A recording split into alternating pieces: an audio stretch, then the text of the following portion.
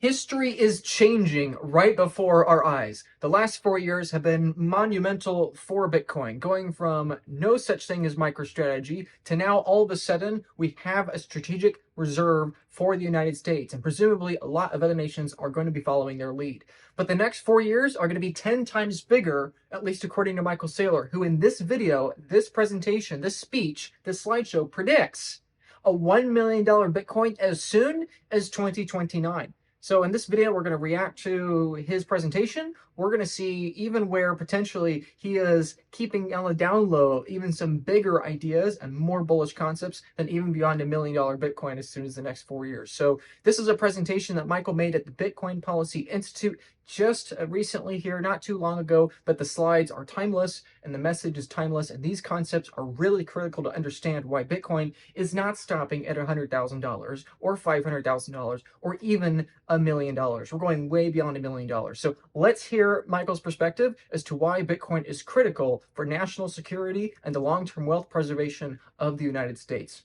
Take it away, Michael. I'm delighted to have the opportunity to speak today. The word strategic Bitcoin reserve to the casual observer sound like a stockpile of an asset. To a closer observer, it sounds like a stockpile of the most valuable asset the human race has ever invented. But I'm here today to show you how the strategic Bitcoin reserve represents a strategy for United States digital supremacy in the 21st century. The president, with his vision, has established a strategic Bitcoin reserve as of last week and has declared that America will be the Bitcoin superpower. That is prescient. I would hazard to guess that the great majority of the people that saw that post don't even know what Bitcoin superpower means, and they haven't really considered it. I was inspired by the words, and that caused me to put together this presentation today. Why is Bitcoin critical to the prosperity of the United States in the 21st century? That is the question we all should be asking. There are many metaphors for thinking about a strategic reserve of Bitcoin. Bitcoin is digital capital. If we thought of it as Bitcoin as digital capital, is this a stockpile of cheese? Is this a stockpile of oil, natural gas, or even uranium, all of which would be interesting? Well, at its worst case, in its narrowest form, you could think about the strategic Bitcoin reserve as a stockpile of the apex asset of the human race. And so what's it worth? Well, over the next 20 years, I think it's worth anywhere from $3 trillion to $106 trillion to the United States. U.S. corporations, like my corporation, are actually recapitalizing on Bitcoin. We've gone from having $250 million of assets 48 months ago to having nearly $45 billion of assets in 48 months. If you look out over the next 20 years, corporations that are accumulating Bitcoin on their reserve, like MSTR, like Mara, like Riot, they're going to have $20 to $40 trillion. So this is a small metaphor, but it's a powerful metaphor. But, you know, it's hard to rent out or finance or develop your cheese or your gold or your natural gas buried in a vault. So a more powerful metaphor is Bitcoin is digital property. If you own 5% of Manhattan and your family had owned it for 100 years and someone said, how are you going to pay your bills? You wouldn't say, we're just going to sell it. You would say, we're going to rent it. We're going to develop it. We're going to put a building on top of it, a business on top of it, or we're going to finance it. We're going to borrow against it. The same is true with Bitcoin. In 20 years, the United States could be generating $10 trillion per year by renting, developing, or financing the assets in that strategic Bitcoin reserve.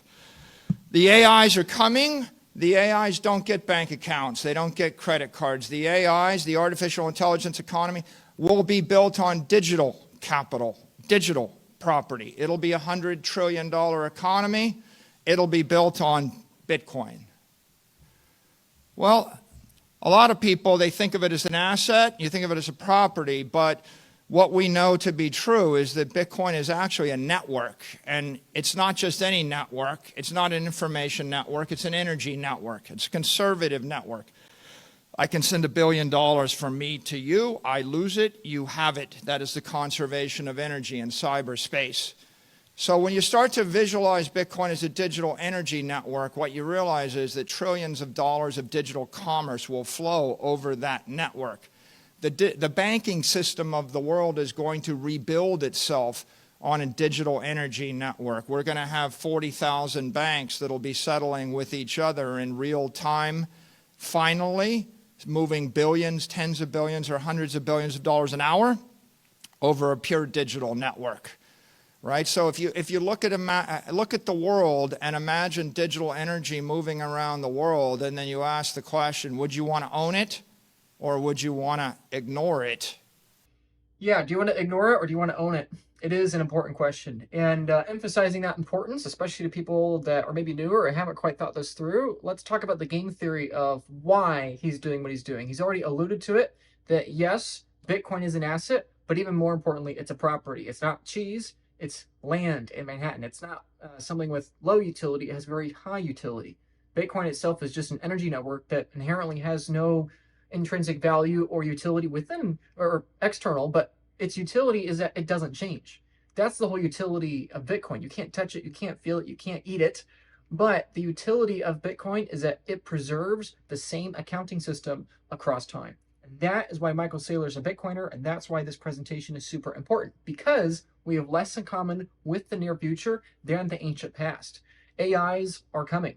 There are the majority of people in the world that are yet to adopt monetary property rights, right? 20% of the world today, roughly 1 to 2 billion people, have property rights. The other 80 or so percent don't have those property rights. So we have less in common with the future and the past. Hopefully, we literally increase the number of people contributing and operating in the modern economy by like tripled. Hopefully, we at least triple the amount of humans contributing economically to the world's engine. However, and arguably more importantly, when it comes to talking strictly speaking economics, humanitarian case, of course, obviously that's the more important one, but potentially even more consequential, let's say, is the AIs that are coming. Okay, artificial intelligence is coming, whether you like it or not. It's going to be disruptive, whether you like it or not. It's going to make things way more competitive, whether you like it or not. And probably AIs in digital labor as well as manual labor are probably going to be able to do the work of 100 billion people at some point in the future. It'll take decades, don't get me wrong, it's going to take a very long time. Humans have a bad habit or tendency of overestimating how much technology can achieve in a irrationally short period of time. But if your time horizon is decades, which if you're looking at Bitcoin, it should be decades, well then properly you have to assume that AI is going to do way more than you can possibly fathom. And so it's important that we prepare for that moment. If we are in the future where, let's say, there are a mere 20 billion AIs doing economic things for humans, and there's 10 billion people that have property rights, that I think is a very good future. We've increased the number of people that have monetary and property rights in this digital energy network by 5-fold, right? But even in that case, the majority of economic contribution in the world is from digital super intelligence, from digital computers, right? Even in a world multiple decades from now where AI doesn't grow nearly as much as some people are afraid or excited it might, that's something we need to look at. And so that prompts a really interesting question. How does the United States as a country, how does every church as an organization, how does every company, how does every family prepare for that long-term future? You can't have a long-term future where you have the minority of the world's economic output in the analog world that human beings are creating, where they're saving their monetary energy in the form of gold or political energy or bullets or oil or whatever it is, versus the majority of production in the world from artificial intelligences and AIs that inherently can't operate in the analog world and therefore require digital energy. The obvious problem here is that, well, if you're an optimist and you assume technology keeps advancing, well, then inherently, inevitably, at some point in time, the AIs get so powerful, they just take over the people, right? This is why Bitcoin is critical for the national security of the United States. This is why Bitcoin is critical, frankly, for the security of humanity and protecting it against AIs. Bitcoin is the perfect bridge between the analog world with electricity and real world commodities, along with a digital monetary network with a consistent finite number of tokens. It's going to preserve that accounting system far into the future. This is why Bitcoin is critical. And just giving a big context of really what Michael's touching on here, this is what's going on in his head. Michael is obsessed about Bitcoin and advocating and advancing Bitcoin, not only because of the number go up, oh, Bitcoin's going to $1 million, but because making sure as many people, as many countries, and as many as honest, faithful, and ethical actors have access to Bitcoins and block space and everything else with Bitcoin as possible. Because if you cease to have digital economic power, you're going to be weeded out by those with more power than you. And so it's critical for the preservation of people, for the preservation of nations, and in my opinion, for the preservation of family legacies and of churches and mission organizations. It's critical we have an asset that's going to preserve our monetary energy into the far future, where future humans and future AIs are going to be demonetizing that energy. So that's why it's really critical. But let's get back to the presentation here. It's an important question. And of course, I think some of you might have seen the cyber blackout of X yesterday and all the cyber attacks. The last and most important metaphor is when we have open digital energy flowing, it is a commerce network. But when we reverse that digital energy into a shield, it becomes a defense system. Bitcoin's a digital defense system. Bitcoin messages, data authentications, transactions, they're unstoppable, uncorruptible, immutable, immune to tampering by any known cyber threat. You can protect the United States commercial and military and financial systems behind a wall of digital energy. And that's exactly how we will do it. Even Elon Musk pointed out, the AIs don't know how to hack Bitcoin. They can spoof you out of your money. They can convince you that there's someone they're not. There's no way to trick an 800 exahash digital wall that's based on modern encryption. The AIs won't get through that wall. What's driving the growth of Bitcoin? It is the most powerful force in the world right now. It's growing nearly 60%. It's become the eighth largest asset in the world. It's about to become the largest asset in the world in the next 48 months. What is it? It's all of the smart money in the world running from risk, running from the past toward the future, from something less secure to something more secure. And they're doing it in the most visible way with their capital.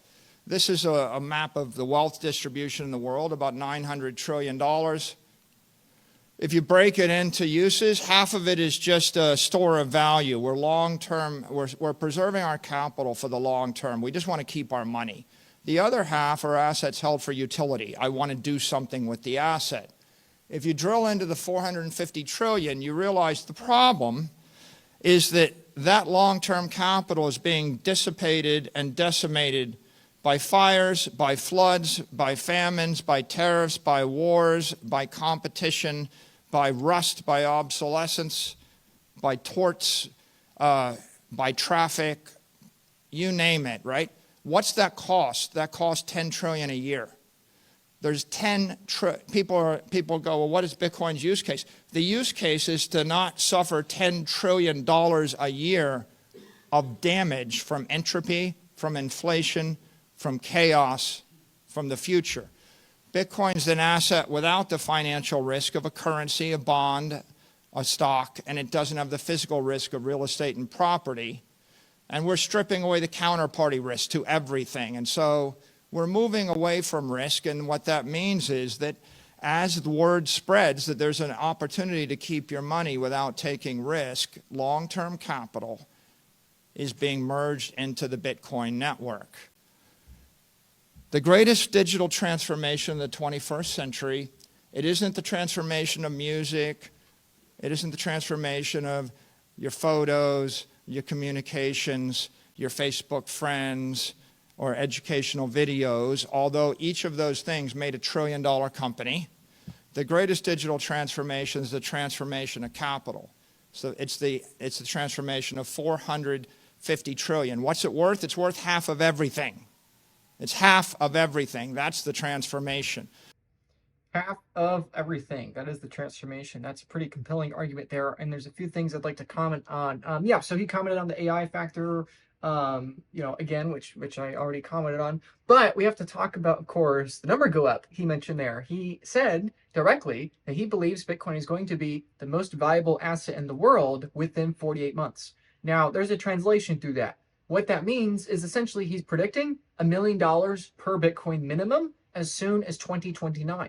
Now, I watch a lot of Michael Saylor, and he throws around a lot of concepts and predictions, but to give both a price target or a target to achieve, as well as a specific time point, is something he doesn't do very often. He did do that at Nashville in July of 2024 when he made his famous prediction for $13 million of Bitcoin in 2045. But this timeline he's given is a lot shorter, of a $1 million Bitcoin as soon as 2029. And to me, that's a really interesting and compelling argument, because is it rational to say, if that happens, which it may not, but if that happens and we have $1 million per Bitcoin as soon as 2029, I think it's entirely reasonable that we're going to be looking at way more than $13 million of Bitcoin between 2029 and 2045. Is it reasonable to expect Bitcoin to only 13x in those 16 years? I don't know about that.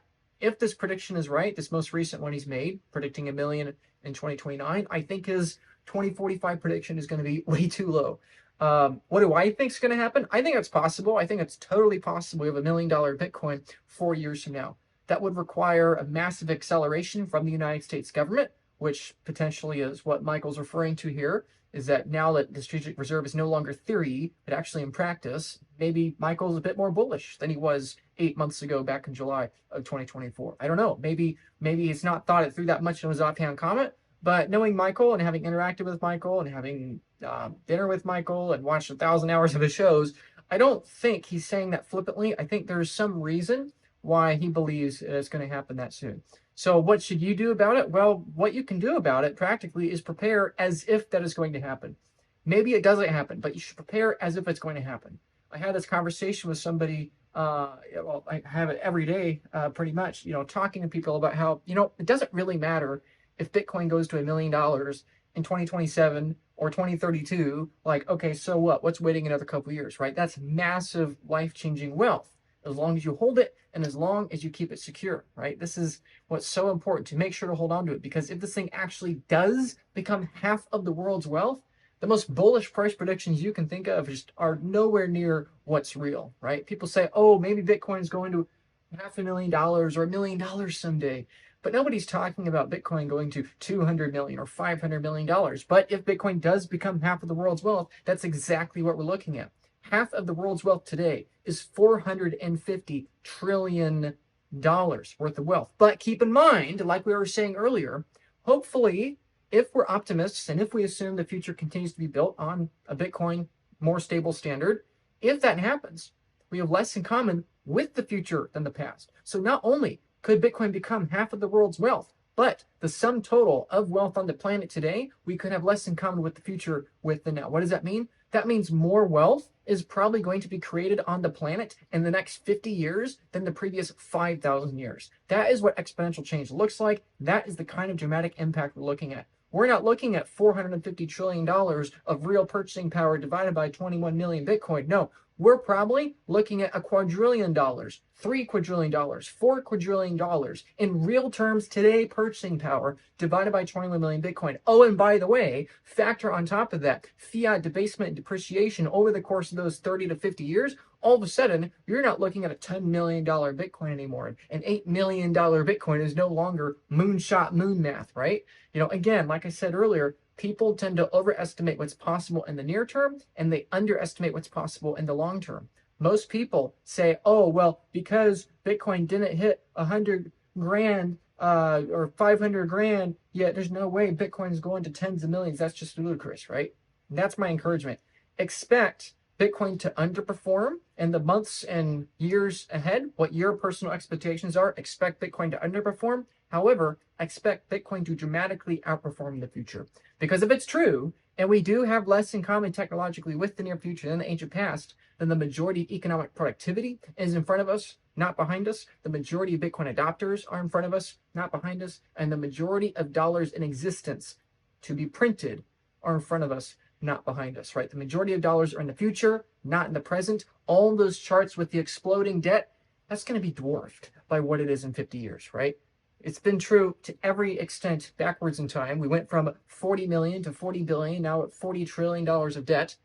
Next stop is 40 quadrillion. And if you think that's crazy, we've already done it twice in percentage terms. So we have less in common with the future in the past, and it's critical you hold your Bitcoin because it's just going to keep eating a larger and a larger share of global wealth as that pie of global wealth becomes a larger and larger pie. And both of those things are growing faster than our linear human brains can comprehend. So combine those together, it's just ridiculous. $1 million is going to be the last thing you're thinking about when it comes to the future potential of Bitcoin. Digital capital is stronger, faster, and smarter capital. It's everything you don't like about the building stripped away, and you've got an invisible, indestructible, immortal, teleportable building. It's a better building. It's global capital. It's everybody that's living in Asia and Africa and South America would move to the U.S. if they could. They'd move their money to the U.S. if they could. They want the currency of the U.S. They want the property of the U.S. They want the security of the U.S. They want the values of the U.S. But they can't have it. So the second best thing they can have is move their money into the Bitcoin network, which has all of the values, protections, and security of the U.S. Bitcoin is immortal capital, right? You can keep your money for 1,000 years. A 10 basis point fee works out to a useful lifetime of 1,000 years. All the other long-term capital assets have a life of 10 to 100 years. Find a business you want to invest in that'll be around for 500 years. Find a building that will last for 500 years. Find a bond that will pay off in 500 years. Find a piece of art that'll still be legible in 500 years. And finally, what we all know in this room is that Bitcoin is, and digital capital is ethical capital. It's the only thing in this world you can truly own. If you have possession of the keys, if you have possession of the knowledge of where the keys might be, you own the thing. No one can take the thing away from you. Everything else you have in this world you own at the pleasure of someone more powerful than you until they decide to take it away from you. Satoshi gave us property rights, sound money, sovereign money. It's a network, but what is it? It's the world's most powerful network. 800 exahash. What's the measure of digital power? It's exahash. 20 gigawatts. All the electricity, all the power that fires up the U.S. Navy. It's also got the most economic power. My company spent $33 billion to buy 2.4% of the network. Do the math in your head, you'll realize there's $1 trillion of real money that has flowed into this network, and there's $1 trillion of smart money behind it. It's the world's most global, fault-tolerant, unstoppable network. Each of those ASIC chips is hundreds of thousands of laptop computers. You'd need trillions and trillions of computers to dent this network. And then, of course, many people say, oh, I get it, it's a network effect. It must be a network. Yeah. Well, it's not a McAfee network. That's just enough information about networks to hurt yourself. It's not getting more powerful with the square of the number of nodes. It's getting more powerful based upon the amount of mass, energy, and capital flowing in the network. It's a Newtonian network, like the solar system.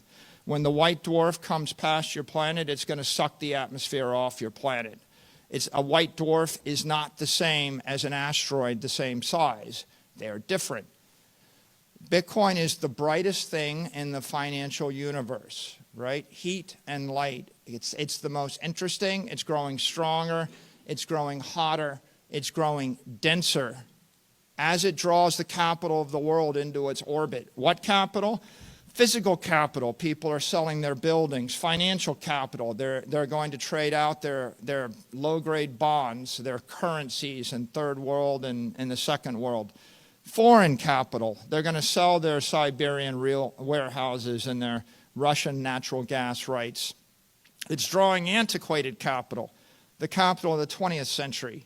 It's drawing smart capital. Anybody that thought about it and thought, do I want to be invested in something that's going to decay or be destroyed over time by 100 uncertain risks? or do I want to just keep my money in cyberspace?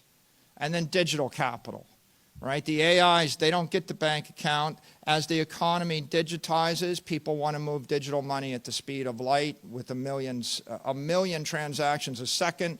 You're not doing it with a Siberian warehouse. You're not doing it with natural gas or gold. You're not going to do it with any 20th century asset. Okay, so there are three things there I would like to react to. The first thing is talking about Michael Saylor's discussion of the global economy. The second thing I'd like to discuss is the monetary singularity that is Bitcoin. He gave the example of a white dwarf. I'd like to explain that a little more in depth than what he briefly mentioned there. And then the third thing is the half-life of your Bitcoin. So let me talk about the first one. This is why I respect Michael Saylor. This is why I admire Michael Saylor and what he's doing. You know, he was about to retire before he found Bitcoin. He described himself as being in despair of deciding what to do with his company. Does he sell it, or does he, just ride off into the sunset and live on the beach for the rest of his life?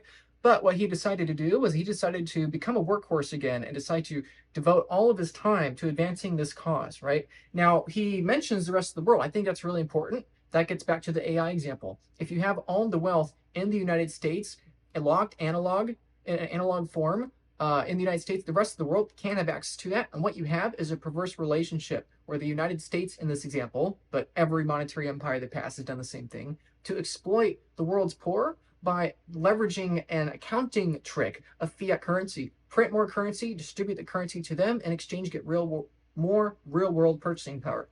It's the same idea in the future with AI. That's the thing we desperately want to avoid. We don't want to have AIs control all the economic output, control all the economic information and military power. We don't want that, because then we become the proverbial developing world. We become the people that are then exploited from the AI, or probably more accurately said, from the people that have the biggest guns to control that AI. That is precisely what we don't want to have. An even more powerful empire of the future tyrannizing the people of the future. One of my favorite events I went to in all of Bitcoin was the Boston meetup in Boston, Massachusetts. And it's a really interesting example of this exact situation, unfortunately. In the very Boston harbor, where the American revolutionaries and patriots dumped all the British tea out into the harbor, thus ruining the tea and being a major inciting incident for the Revolutionary War. It's a very interesting and ironic scenario, because literally across the street from where that happened today is the 30-story Federal Reserve building. And this is the exact problem I'm talking about. The Patriots 300 years ago in 1775 dumped all the tea into the harbor, and fighting a king across the Atlantic Ocean thousands of miles away with wooden ships powered by wind. And now, hundreds of years later, we have a new monetary god, a new monetary king that is literally, instead of 3,000 miles away, 3,000 feet away, and a building way larger than anything that King George could have possibly built, with guns and weapons a million times more powerful than cannonballs from 18th century British Navy, right? It's like the United States traded one monetary god, King George, for a new monetary god, which is the Federal Reserve, the money printer, right? And this is the problem, that right now, the technology we have, that 30-story Federal Reserve building we have now, the nuclear weapons we have now, the guns and the tanks and drones we have now, those are the wooden ships and cannons compared to the future. That is what we're trying to avoid. We are trying to desperately separate creation and authority of money with who has the biggest guns, bigger gun diplomacy. We're trying to separate that. That's why Bitcoin is critical for national security, not only for the United States, but for the future of the human race. And that's why I salute and appreciate Michael for what he's doing, because he understands this and he's trying to accelerate this. Because every year we delay being on a monetary system that is decreed as a function of who has the biggest guns, the higher risk we are of allowing the future to fall into kinds of tyranny that we don't even have the ability to understand the power of those future authoritarians. So that's the first thing I wanted to talk about. Thank you, Michael, for what you're doing. And it's why I talk about these things, because he is objectively the most important Bitcoiner today. That's not hero worship. That's just a statement. There's very few people that are having a larger impact than him right now in Bitcoin's history. Let's talk about the second thing, monetary singularity. What does that mean? Michael gave the example of a white dwarf flowing through the solar system. Another example I like to give is that of a black hole. It's the same kind of concept. If you have a planet and a moon, and the planet is 1,000 times more massive than the moon, what happens when you throw them at each other? Well, obviously the planet has the moon crash into it and it becomes one larger entity, right? That's what happens when you have an open system where things can escape, right? If you have a massive object and a more massive object, the most massive object is going to be what absorbs all the others, right? However, if you have any size of a black hole, even if the black hole is the size of a pea compared to that massive monstrosity of a planet, the black hole still wins. It might take time, it might take eons. However, nothing escapes the black hole, not even light. And so a lot of people right now are looking at the world and saying, oh my goodness, well, you have the United States, which is the sun over there. Then you have China, which is also really powerful, not as powerful as Jupiter, which is China. You have Russia, which is Saturn. You have all the little planets and all the little asteroids. Everyone is looking at everything in the world, all these different political currencies of the world, and viewing them like open systems. They're all viewing them within the same understanding of their, 18th century understanding of physics. And then the black hole that is Bitcoin enters the solar system and it's floating around. And people look at it and say, oh my goodness, this black hole idea is stupid. It's worthless. Like, yeah, okay, sure, it looks a little different. It looks a little weird, but you can't even see it. I can't tangibly see it. I can't tangibly taste it. I can see Jupiter, right? I can see it. I can touch it. I can't see the black hole thing, right? And it's so small. There's no way this black hole is a threat to Earth or Jupiter or, even the sun. Like, come on, 99.9% of the mass in the solar system's in the sun. You're telling me this tiny little black hole isn't a threat to the sun? What are you talking about? It's a fundamental misunderstanding of the difference between an open system where energy can enter and escape versus a closed system where once the energy goes in, it's exceedingly difficult to get out, right? Now, Hawking radiation is where that breaks down, but the larger concept here, the larger point in making, is that when capital flows into a political currency, it's like energy of these planets or asteroids colliding together, right? What it means is that it can flow in, but it also flows out, right? But with Bitcoin, Bitcoin is the final trade. Bitcoin is the best demonetization. Why? Because it is fully monetary premium. Real estate is like a third to half monetary premium. Gold is like 80% monetary premium. Bitcoin is 100% monetary premium because the digital units within Bitcoin are fully digital, yet also have that energy back. Bitcoin's 100% devoid of external utility. Its only utility is the monetary premium. And so you can't get 100, you can't get better than 100%.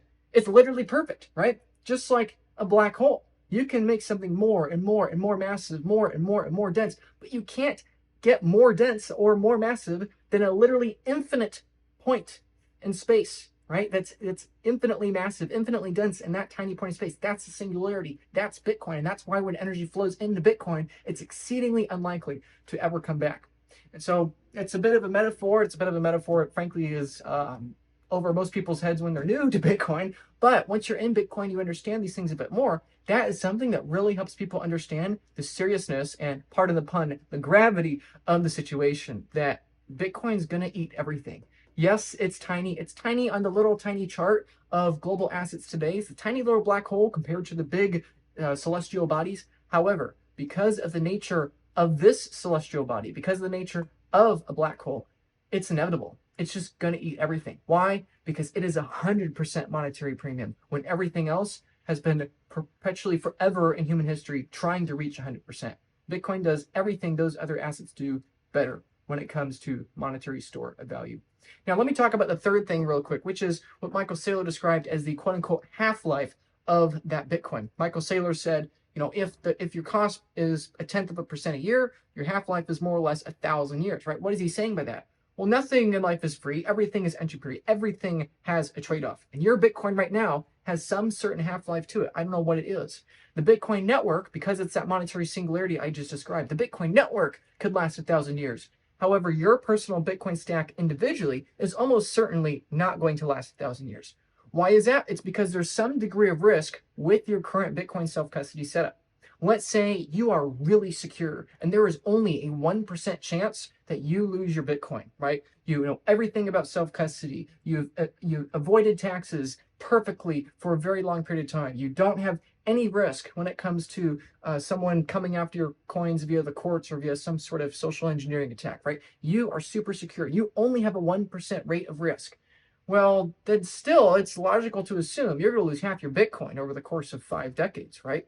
Because nothing is without risk. Everything has a cost, right? This is why I'm so critical of holding your Bitcoin on exchanges. If you have all of your Bitcoin on Coinbase or Kraken or Gemini, even River or Strike or Swan or some other Bitcoin only exchange, there is a very real rate of risk. It's not high, but if your time horizon is a long period of time, that risk really eats into your stack. Let's say you're on Coinbase, because that's the one that everyone seems to be on. If you're on Coinbase, let's say you've got 10 Bitcoin on Coinbase, and what do you think the odds are that Coinbase goes under, or that somebody steals your coins from Coinbase, or that the United States confiscates Coinbase's coins, or something else, right? That you get emotional and you panic sell in a dip, or maybe your kids panic sell in a dip after you're dead and gone, or whatever it is, right? Those risks combined, it's probably way higher than 1%. It's probably 2%, 3%, maybe even 5%, right?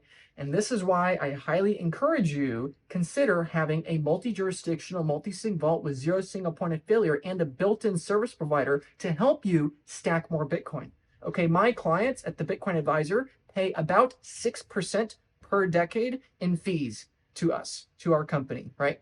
Now, a lot of people look at that and say, oh, well, that's expensive, but that's only because you're looking at it tangibly and not factoring in the intangible benefits. Like my average client at the Bitcoin Advisor increases their Bitcoin stack by over 51% in the first year alone, on average. Most clients, even if they already have over 100 coins, are still increasing their stack 5 to 10% in the course of the first year or two, right? And so, yeah, sure, you can have a cost over the course of the 10 years of 6%. 0.6% a year. You could have that. However, by as long as you're increasing your stack by 6% over the course of that decade, and this is my obsession as well as my team of 40 people, this is our obsession to help people figure out how to buy more Bitcoin and increase their stack with financial products that are available to them, with decreasing the risk, increasing the upside, saving on the tax circumstance, right? Effectively, that makes the half-life of their Bitcoin last forever, right? If you don't have that set up, if you haven't considered these questions of what are my tax structures for my Bitcoin, should I have a trust for my Bitcoin? What about Bitcoin in my LLCs and my companies, for my family, right? If you haven't considered those questions because you're trying to do things the easy way or the cheap way or the expedient way, what you're going to realize is that if something happens and you get hit with a 40% estate tax upon your passing to your wife and kids, like your family's going to lose 40% of the Bitcoin you've worked so hard to stack. Okay, I'm aware of somebody else right now who has 100 Bitcoin. He's in some sort of lawsuit right now because he didn't have the proper lawsuit mitigation as well as multi-jurisdictional arbitrage, and he's getting charged $10,000 a day until he gives up his Bitcoin to the government for some loss. I know many people personally, probably at least half a dozen people personally in Bitcoin that have, granted large amounts of Bitcoin, tens if not hundreds of coins that are going through these lawsuit processes right now. The ones that have set up the tax structure and the lawsuit mitigation, they're doing great. Our clients are fine. But the ones that aren't thinking about this just unfortunately didn't do the work beforehand to realize everything has a risk. And the Bitcoin network is almost certain to outlast your ability to hold on to your Bitcoin. And so I would highly encourage you, either you have three options. Reach out to me and let's have a conversation as soon as possible on how to decrease your risk and increase your ability to stack more Bitcoin. You can find my information in the link in the description below, my phone number, my email, all that stuff. Well, let's have a conversation. That's option one. Option two is that you can do the work on your own. You yourself individually could become an expert on everything custody-wise, tax-wise, legally. You can do all that on your own. I'll give you the fair warning that you are not going to outwork us. We have 40 people on our team working 40 to 60 hours a week obsessing over this. It's not a matter of saying we're better than you. It's just a matter of math. Like one person on their own trying to become an expert in 5 different subjects. So it's just not going to outperform 40 people. They're experts in their own individual niche working together to help you. It's just not possible. But those are the two options. Hire somebody, probably us, to help you think about these things and extend the half-life of your Bitcoin forever, or do it on your own, sacrifice the time to help your Bitcoin last forever, because nothing is free. If you want to not pay somebody to do the work for you, you got to do the work yourself. And the third option is that you're going to lose it all because you're cheap and lazy, right? You can be one, but you can't be both. You can either be cheap and put in the time, or you cannot put in the time but put in the cost. But if you're cheap and lazy, you're going to be broke. So that's my encouragement. Thank you, Michael, number one, for being an advocate for Bitcoin. Number two, Bitcoin is the monetary singularity. It's going to absorb all the other premium in the world. It's going to last indefinitely. And therefore, number three, you got to obsess over protecting your Bitcoin. And those are your three options. Pay somebody, ideally a team of experts that have been doing this for a combined 300 years, which is us at the Bitcoin Advisor. We have over 300 years of experience, believe it or not, collectively in every important niche you need to understand. Or you can do it yourself, and you can work forever. Every day you can obsess and worry about how do I make sure I'm ahead of everyone else, and your other option is going to lose it all. So reach out to me if you're somebody that wants to have some help in thinking about those things. But otherwise, I'm making this message because I genuinely care about you. Obsess about this stuff right now. Do you really think we're going to hundreds of trillions of dollars in market cap for this asset? Do you really think you're going to keep ahead of all the other people on Bitcoin with half as much Bitcoin as you or 10 times more Bitcoin than you? Do you really think you're going to keep up with the AIs? No, you have less in common with your future than the past. Your Bitcoin is going to appreciate way more in value than it has ever appreciated thus far in your history of holding it. So take this stuff seriously. Either reach out to me or commit right now to dedicating the rest of your life as a part-time job to obsessing over the custody risks, the tax implications, and the legal implications of holding Bitcoin forever. Let's get back to Michael. Where is it headed? Well, there's an open source model. You can download it on GitHub called Bitcoin 24. Plug in your own assumptions. Our assumptions, well, Bitcoin's currently 22 basis points of the global economy. That's $2 trillion. Over 20 years, right now it's been growing about 60% a year. If it decelerates from 60% a year to 20% a year, the average return is going to be 29% a year over the 20 years. That is the base case. That arrives at a price of $13 million a Bitcoin in USD terms, or $280 trillion in the network. Does the world turn upside down? No. What happens? Well, everything pretty much stays the same, except for those that embrace Bitcoin get rich and powerful. Those that don't embrace Bitcoin get weaker and poorer. Otherwise, everything that you see in the world today will still be there in the world in 20 years. Bitcoin is not a threat to the dollar. The dollar is currency. Bitcoin is capital. In the modern world, there are plenty of academic economists. They will just recite ad infinitum. Well, money is a store of value, a medium of exchange, a unit of account. There, I told you. And they just haven't really thought about that past just rote memory. This is why you shouldn't rote memorize stuff in education. Think a little bit harder about what's going on here. If you need money for the next 4 weeks in Argentina, then you're using the peso. If you need money for the next 4 years in Argentina, you're using the dollar. If you need money for the next 40 years in Argentina and you're smart, you're using the Bitcoin. And so the dollar is competing, but is competing against the M2 money supply of the CNY, Chinese currency, European currency, Japanese currency. Right now we're about 17% of that. We should be able to grow to 30% of that. How? With digital currency. If U.S. banks and U.S. corporations can issue digital currencies backed by the U.S. Treasury, we will expand that supply of U.S. currency by $10 trillion, right? That's a digital asset strategy. That's why the stablecoin bill and the Genius Act matter. It is not capital. Bitcoin is less than 1% of the capital of the world. What does it compete with? Not the dollar. Bitcoin competes with property, equity, and bonds.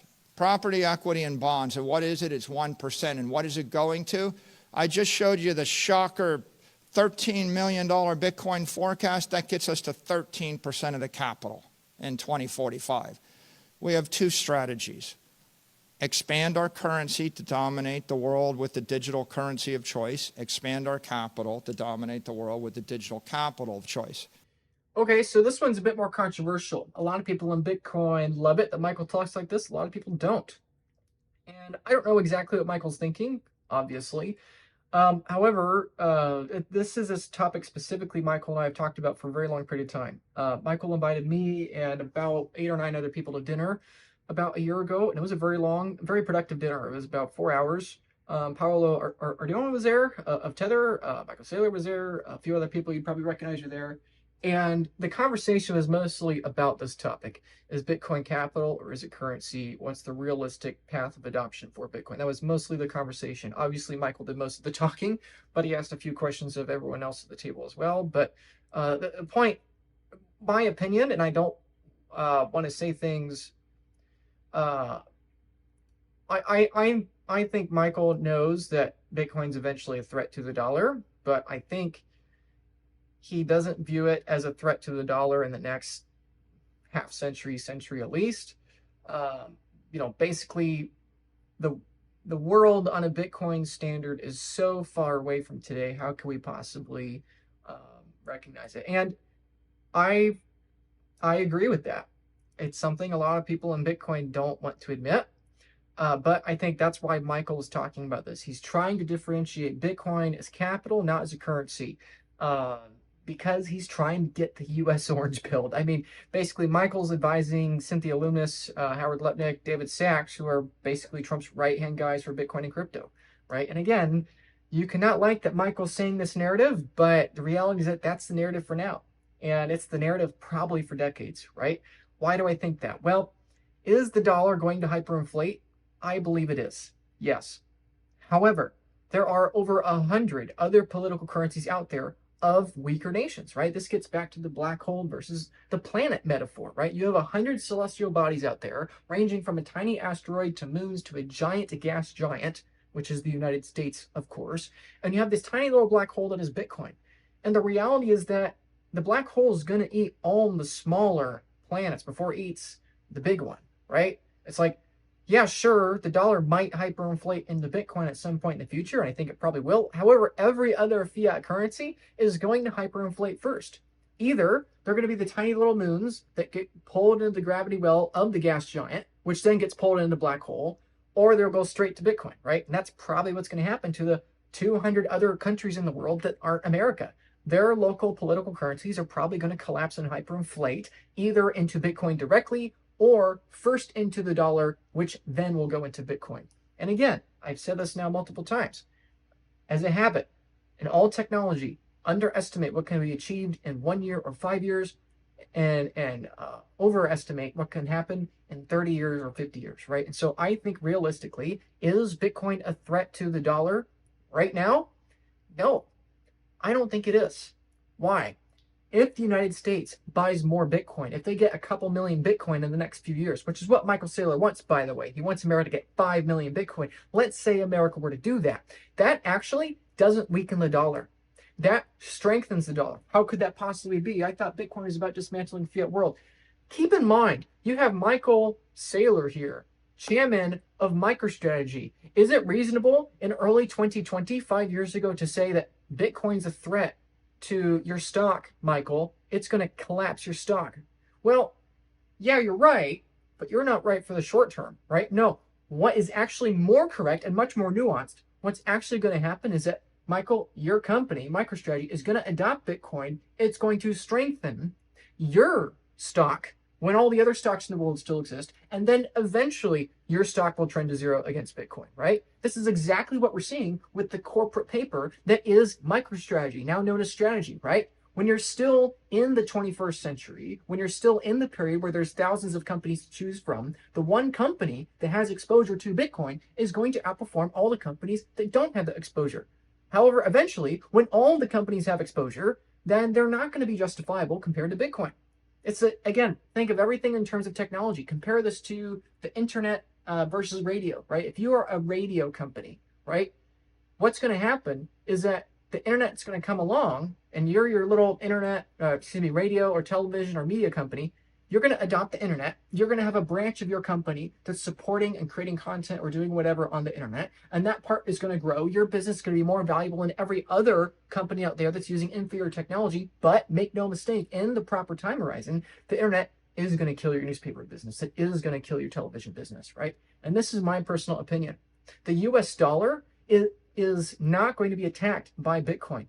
In fact, I think the lifespan of the dollar is going to be extended by decades as a result of Bitcoin. The more Bitcoin America buys, the stronger America's balance sheet. The stronger America's balance sheet, the more the ability of the United States government to print more dollars without hyperinflation. So that's where I disagree with Michael a little bit, or at least I disagree with his public persona or his public description of what's going to happen. There's something else I disagree with, though. These politicians say, oh, if America just buys, a bunch of Bitcoin, it'll be worth 100 trillion in 20 years and we can pay off the debt.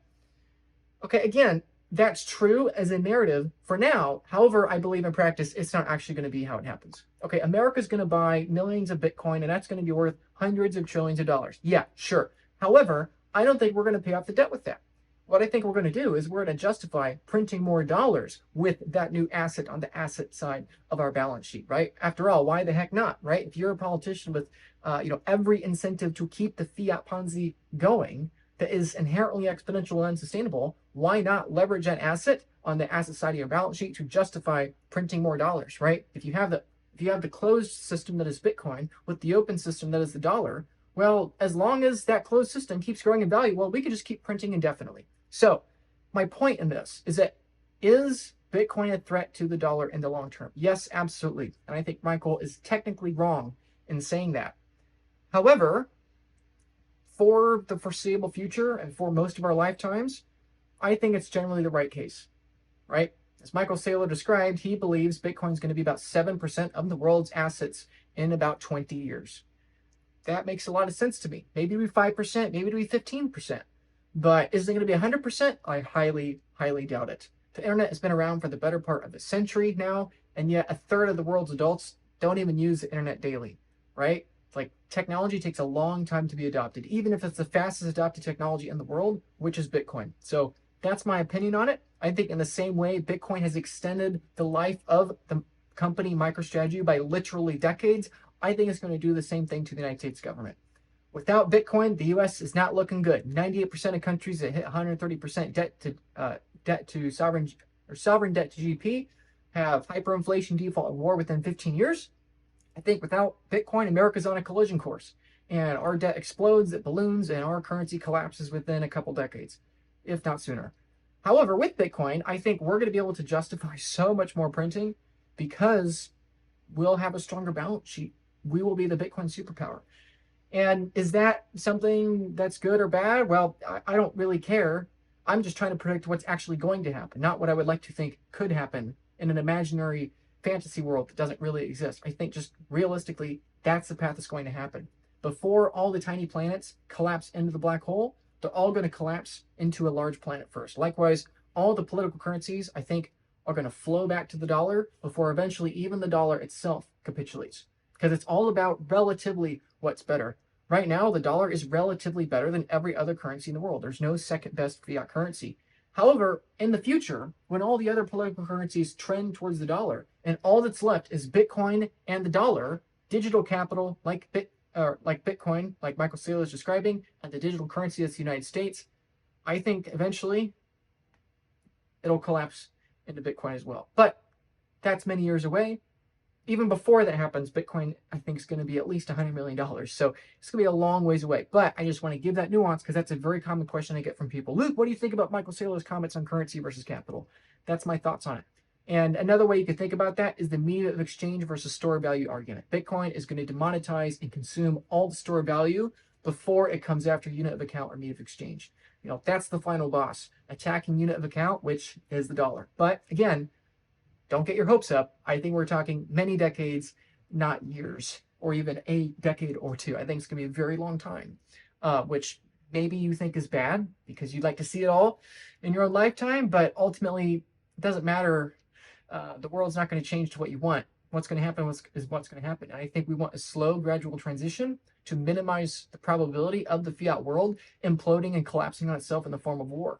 So hopefully Bitcoin is the escape hatch. It's the escape valve for diffusing that global bomb.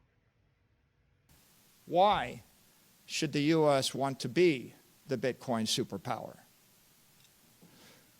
You cannot remain a sovereign nation if you lose control of your airspace, outer space, or cyberspace.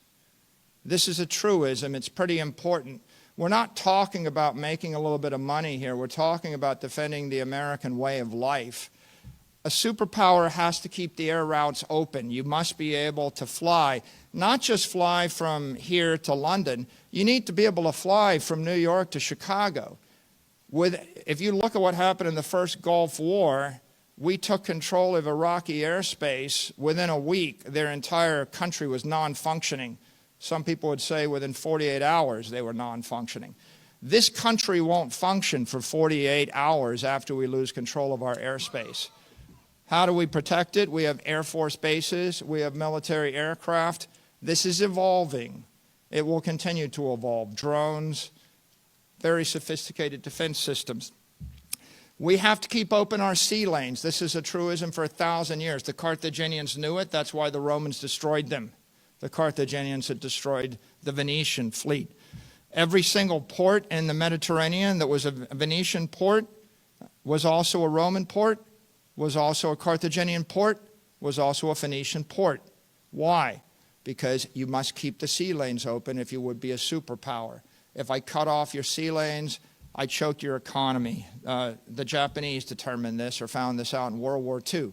Sea power requires naval bases operating appropriate ships. A superpower has to keep its cyber channels open. What does that mean? It means your communication channels for digital information, but it also means your communication channels for digital energy. I need to be able to move a signal, but I need to move a $10 billion chunk of money. I don't just need to keep the cyber channels open around the world. It's not just I want to move that information or that energy between New York and Tokyo. If I lose control of cyberspace over the United States, I can't move information between New York and Chicago. Right? You lose cyberspace, you'll lose your own digital economy. What would you do if your enemy got control of your cyberspace? You saw just, again, yesterday, you can't even log into X. Well, what happens when you can't log into your bank account? Cyber power requires Bitcoin miners operating ASICs, throwing up a wall of digital energy. And you want to hope that more than 50% of that is controlled by you or your allies. What does it mean to own cyberspace? If you want to be a Bitcoin superpower, you need to own the asset, own Bitcoin, but that's only half of it. Owning all of New York City and losing control of the sea lanes and the airspace above New York City is a Pyrrhic victory, right? You won't own it very long. It'll get shredded. You have to control the network, the cyber network, the digital energy network that flows around the world. AI is the future. The computers, the AIs, they're smarter than us. They're going to think faster than us. At some point, they'll be thinking 1,000,000 times a second, talking to each other, right? And if you want to build the greatest economy in the world, your cars need to drive themselves, the robots need to think, the factories need to think, and your agent needs to be thinking 1,000,000 times a second about how to do something useful for you. Digital intelligence requires digital energy, which has to be secured by digital power in order to engage in digital commerce. When I say digital commerce, I don't just mean buying trinkets on Amazon. I mean moving all of the money and securing all the assets of the world. I mean 950 trillion going to 4,000 trillion dollars of assets. And it couldn't be clearer where that's headed right now. The unit of digital energy is the Satoshi. The unit of digital power is the exahash, right? Yeah, a lot of really good stuff there as well. A lot of good comments, about, again, thinking through the national strategic importance of Bitcoin. I'm glad to see that Bessent and Lutnick and Sachs are, in my opinion, advising Trump very well. We know that Donald Trump on his own probably doesn't quite understand Bitcoin yet, given Trump token as well as Liberty Financial token or whatever him and his sons are doing. His sons are into Ethereum, of course, right? So on his own, I don't think Trump is nearly as deep down the Bitcoin rabbit hole as Lutnick and Sachs. And so that's why I'm really grateful that Michael Saylor is doing this work, because there's nobody closer to Donald Trump when it comes to Bitcoin right now than David Sachs, in my opinion. And I think Michael Saylor is probably the front runner of who is the closest advisor to David Sachs about Bitcoin. So I think I'm very grateful he's doing that. And it's because it's a national strategic importance. It's not just a matter of, oh, we need to buy Bitcoin so we'll make more money.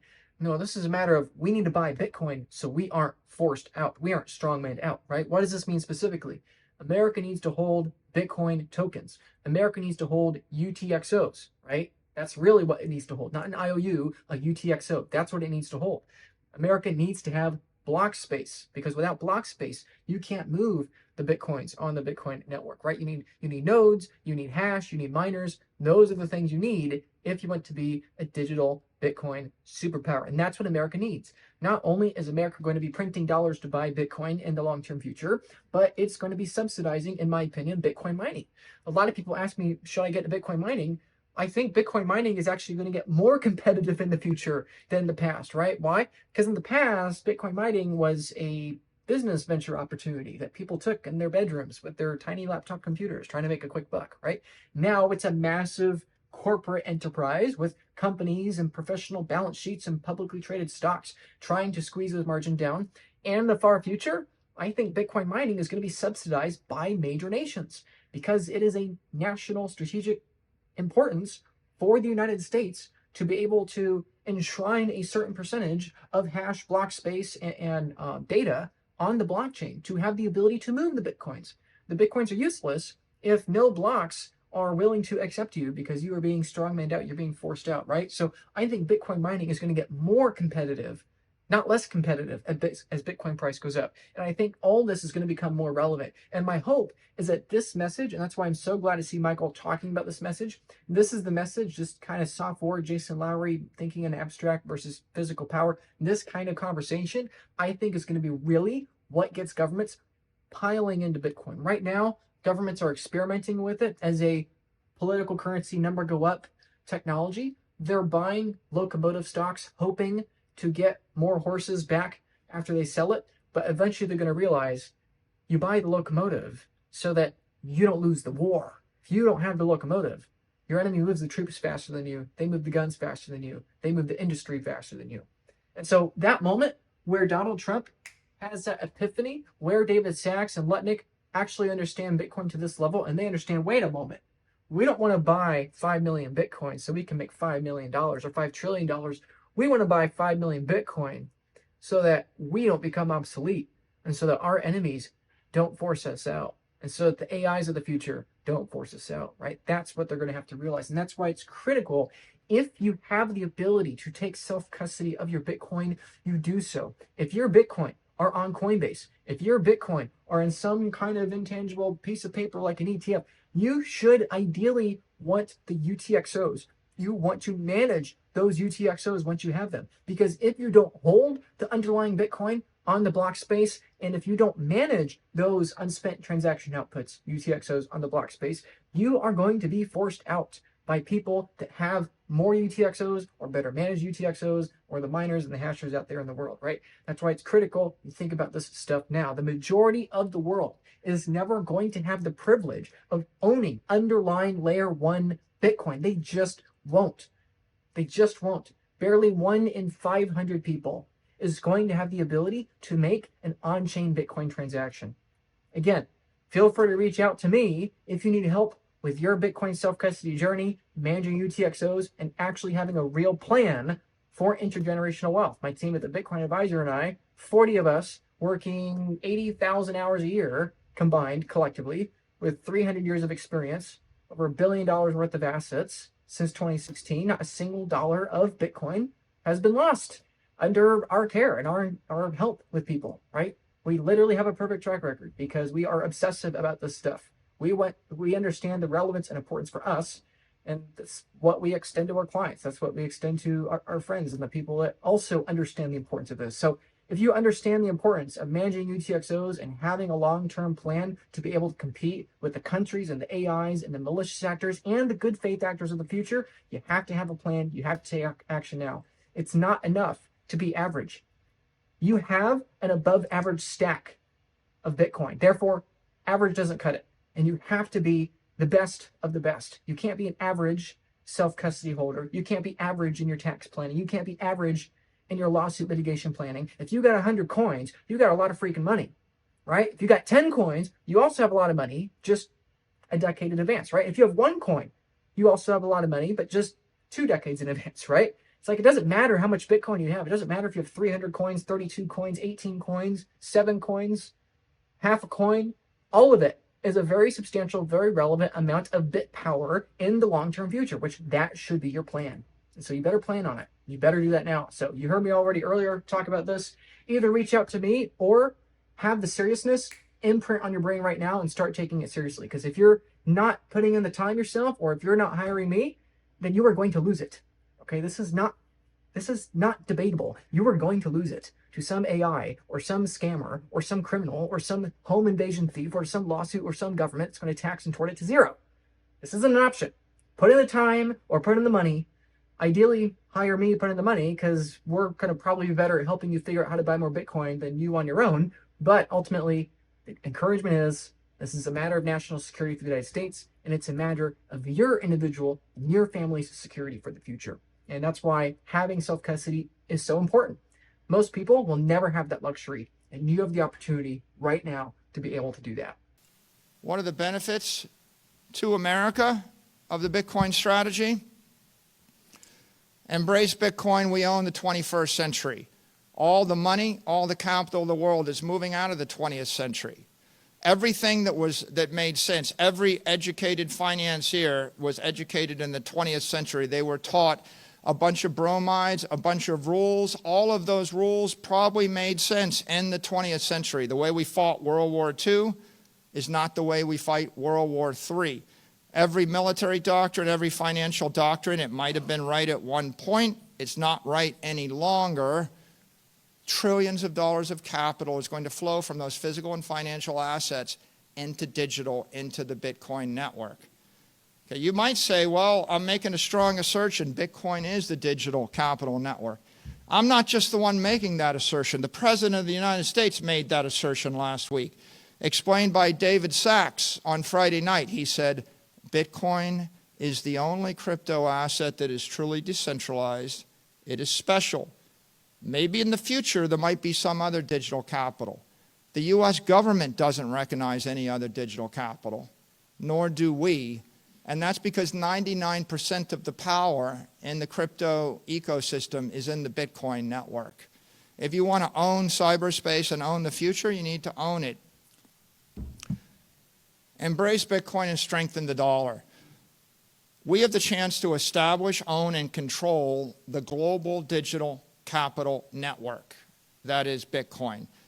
We can back the US dollar with Bitcoin reserves, the only monetary asset that is competitive to the dollar. If I need a liquid fungible asset to capitalize a company or an institution, it's not real estate, it's not natural gas,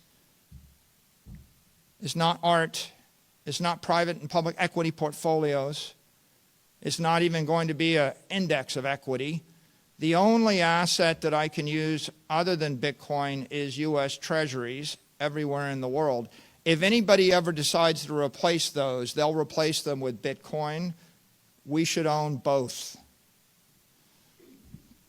Embrace Bitcoin, attract foreign capital. It's not just we're getting the 20th century money, we're getting the rest of the world's money. If I gave you money, if I took all your money, I dropped you in Africa and I said, you got to invest in a diversified portfolio of private and public equity and real estate art in Africa, or you can put your money into the digital capital network and move it anywhere else at the speed of light, and I gave you a choice to punch the orange button or leave it in Africa for 100 years, you would punch the orange button. Everybody else in the world's figuring out the same thing right now. That's why countries will make laws against it. That's why the Chinese have export controls on their capital. All of the capital will flow into the U.S. But if you can't physically come to the U.S., the next best thing is you flow into the digital capital network and you get all the protections of the U.S. And finally, you embrace Bitcoin, you empower Americans. It's American companies with Bitcoin on the balance sheet. They're going to outlast, outperform, and outlive their competitors. It's American institutions that are holding Bitcoin. They're going to enrich their shareholders. The beneficiaries are us. And the last point, with the appropriate digital assets framework, we can become the bankers to the world. Right? When we export Bitcoin to the world, we're exporting our values: sovereignty, sound money, integrity, property rights. When we export digital currency, we're literally exporting our currency. If we create other digital securities or digital tokens, we'll be exporting our companies, our ideas, our securities, our financial products to the world. We can dominate this industry. So how should the U.S. pursue a Bitcoin strategy? Well, Senator Lummis has given us a clear guideline with the Bitcoin Act in Nashville in July. And what the Bitcoin Act said, it said, let's acquire 1 million Bitcoin over a 5-year period in a programmatic, disciplined fashion, transparent to all. And so let's consider the consequences of this strategy. Well, first of all, last week, the President signed the Strategic Bitcoin Reserve Act or order. If we hold that 200,000 Bitcoin for the next 20 years, even though you see a flat line on the screen, the flat line is worth $3 trillion. So that's the value of doing nothing. Sometimes people think that you have to do something to make money. Sometimes the absence of doing awful and stupid things is making money. Doing stuff is highly overrated if the stuff is trading or selling your Bitcoin. The Lummis bill would acquire a million Bitcoin or 1.2 million Bitcoin. If you look at the consequences of that over the time frame, it's worth $16 trillion to the nation. If you get a bit more aggressive, and we go for another million Bitcoin, it's worth $34 trillion to the nation. In this case, there's a bit of reflexivity. If the United States starts to more aggressively stockpile Bitcoin, it's going to accelerate the growth of the network. It's going to accelerate capital flowing in the network. It's going to increase and expand the overall digital capital network. If we move to a triple max strategy, you'll end up with 4 million Bitcoin. That's worth $73 trillion to America. And of course, President Trump has laid out a guideline. We should be the superpower. If you want a superpower strategy, here's a superpower strategy. Acquire Bitcoin consistently. By the way, over what time frame? Consistently daily between now and the 0.99. 0.99 is January of the year 2035, the point at which 99% of the Bitcoin supply has been mined. The asset becomes effectively capped for all practical purposes because the last 1% comes out over 100 years. 0.99 between now and then, you've got 10 years for the digital gold rush. You should get your Bitcoin before there's no more Bitcoin for you. And you can see here, in this strategy, we acquire it consistently, and then we use surpluses from the U.S. government to continue to save in Bitcoin. It's worth $106 trillion to the United States. And so what does that look like? Well, the Lummis plan, which is grand, is modest in some ways, and a modest strategic Bitcoin reserve plan neutralizes the national debt. Sometimes doing modest things are actually brilliant as long as you do the thing. It's like the people that bought just a little bit of Bitcoin in 2012. It was a modest investment. It made them billionaires. A modest thing 20 years in advance is a brilliant thing. If you're more aggressive, the triple max plan negates the national debt. The superpower plan creates a global superpower. We bought 78% of the United States for $40 million. $40 million purchased nearly 80% of this country. Think about it for a second. Bitcoin is the greatest opportunity of the 21st century, right? It's worth anywhere from $3 trillion to $106 trillion, depending upon how programmatic and aggressive we want to pursue this opportunity. These opportunities don't come along often. This is the once-in-a-century opportunity. And as Donald Trump has said, never sell your Bitcoin.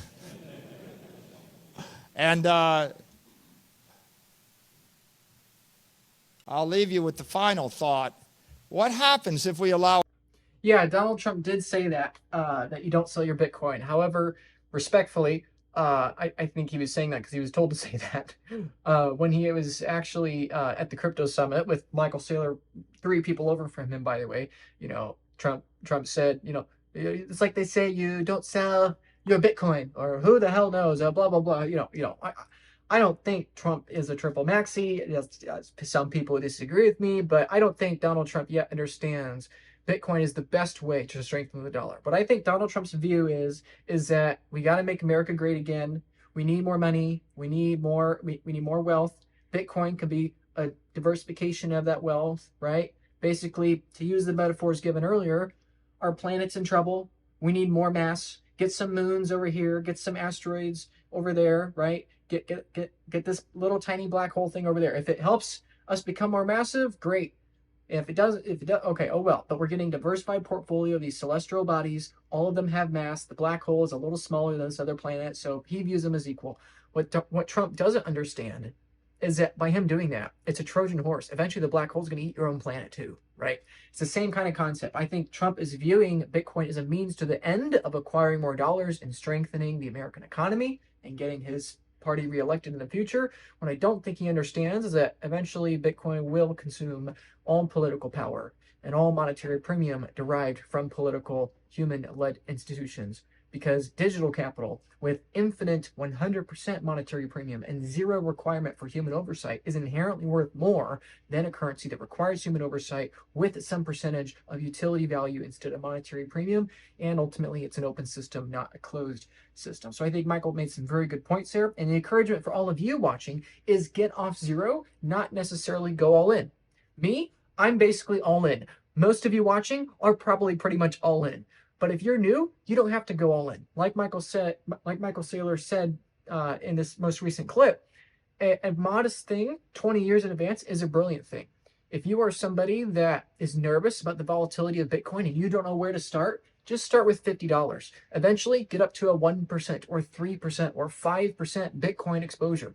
Because if you take that 5% Bitcoin exposure, guess what? In the future, that 5% is going to be worth more than the 95% that is not in that Bitcoin exposure, right? This is something I help my clients do all the time at the Bitcoin Advisor. I help them figure out how to buy more Bitcoin first, because typically they're already all in. But then the big focus of the conversation, the ongoing relationship, is how do we help your loved ones stack more Bitcoin? How do we help your church, your business, your network stack more Bitcoin? Because that is the second best thing you can do. For the United States, the most tangible and direct thing we can do for the United States is stack more Bitcoin. The second best thing we can do is help our allies stack Bitcoin, because it will indirectly help us. And that's why people hire me. That's why people hire the Bitcoin Advisor to help them. It's because we help them lower risk. We help them increase their Bitcoin upside with stacking more Bitcoin. And then after that, we help them expand their Bitcoin network to their concentric circles around and out from them, because that ultimately is what's best for them. It's what's best for their loved ones. And